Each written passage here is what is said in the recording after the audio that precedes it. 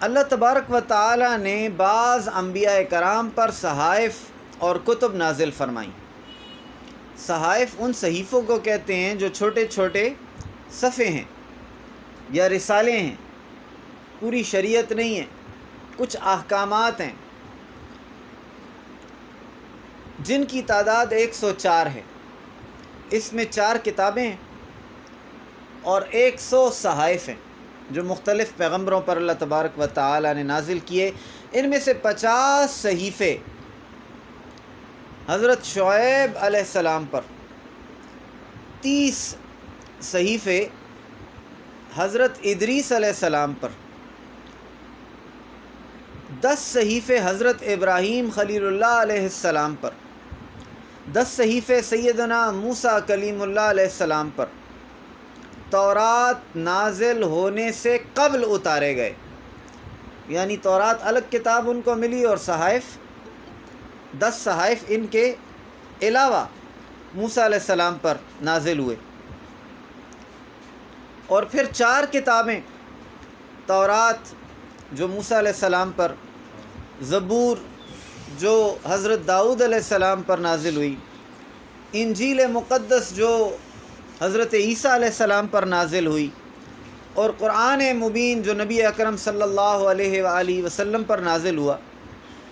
ان تمام کتابوں اور جملہ صحائف کا متن، جو کچھ اس میں لکھا ہوا تھا متن اور مضامین قرآن، یہ سارے کے سارے اور جتنے مضامین تھے ان سب کو اللہ تبارک و تعالی نے قرآن کریم میں جمع فرمایا،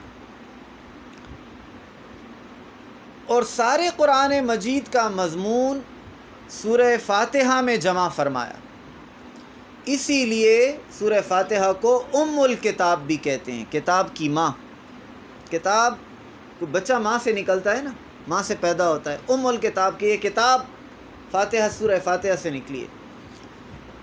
موقع ملا تو انشاءاللہ یہ سورہ فاتحہ کی طرف بھی توجہ جاتی ہے، دل میں آتا ہے کہ اس کو بھی تھوڑا سا بیان کیا جائے، تو اس کے بعد مجھے وقت ملا تو تھوڑا سا اس کو بھی۔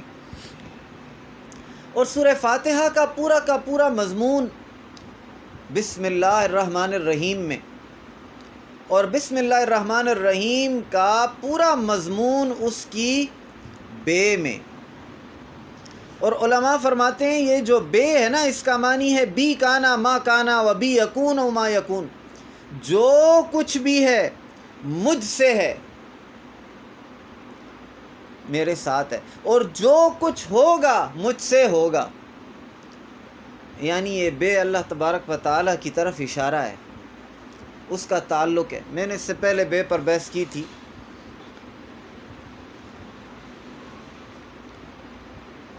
اس کو روایت کو المجالس السنیہ میں بیان کیا گیا۔